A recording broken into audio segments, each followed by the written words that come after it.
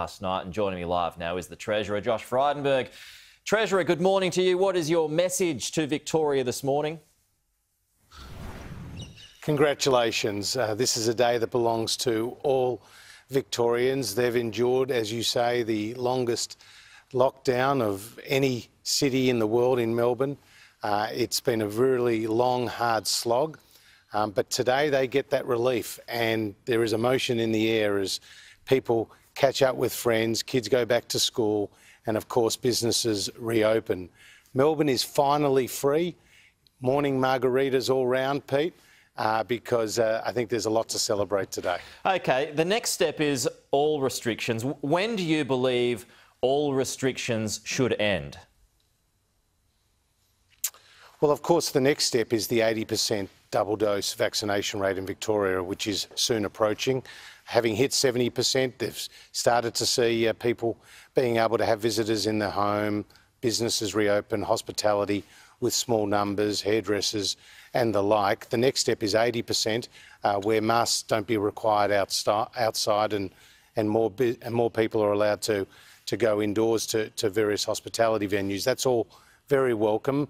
And as we make progress, then after that, you'll see even further restrictions ease. This is what learning to live with COVID is about. It's no longer about the headline number of cases per day in any one state or country. It's more about what is happening with hospitalisations, the number of people in ICU and on ventilators, ensuring that we can obviously maintain the strength and the service required in our health system, but also allowing people to get their freedoms back, their lives back, and that will be a springboard for a very strong economic recovery as well. Everyone, Treasurer, is talking about workers, though. We need workers, There's this huge shortage, which we've spoken about a few times now on the program. What are you doing about that? Well, firstly, in Victoria, we saw last month 120,000 jobs being lost in 1 month alone. That was around 90% of the total number of jobs that were lost across the country. So, of course, as a first step, we want those people who have seen their hours reduced to zero, or indeed people who have lost their jobs, to be rehired. And we've seen in New South Wales, as they've reopened, not only has economic activity picked up, but also the number of job ads were up 16% as a result of the opening up in that state. So I'm confident that that's what will happen in the first instance in Victoria as well.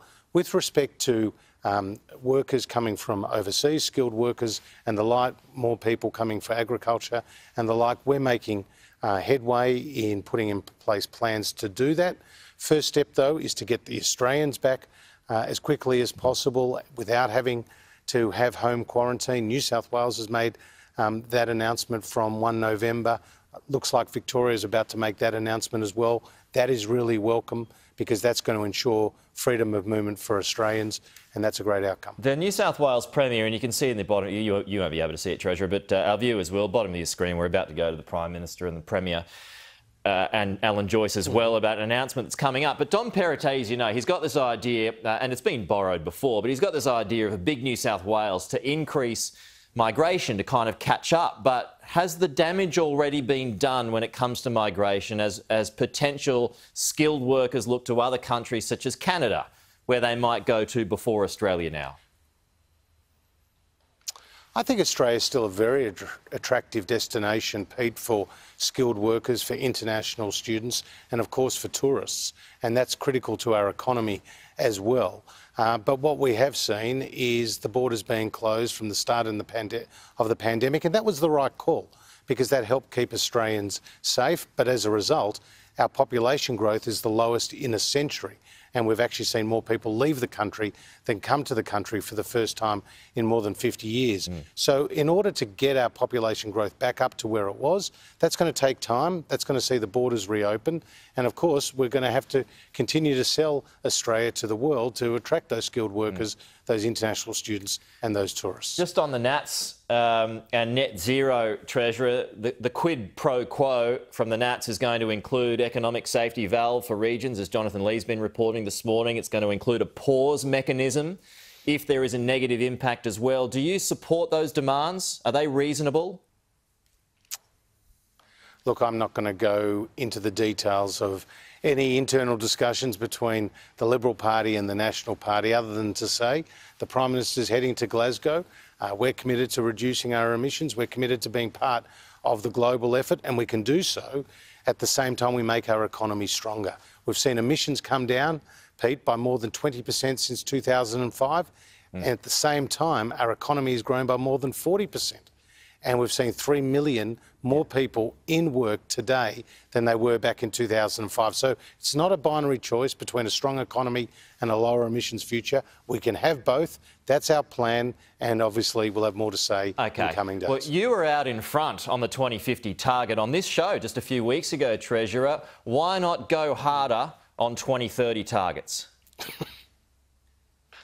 Well, we took to the Australian people a 2030 target, and that was 26 to 28%.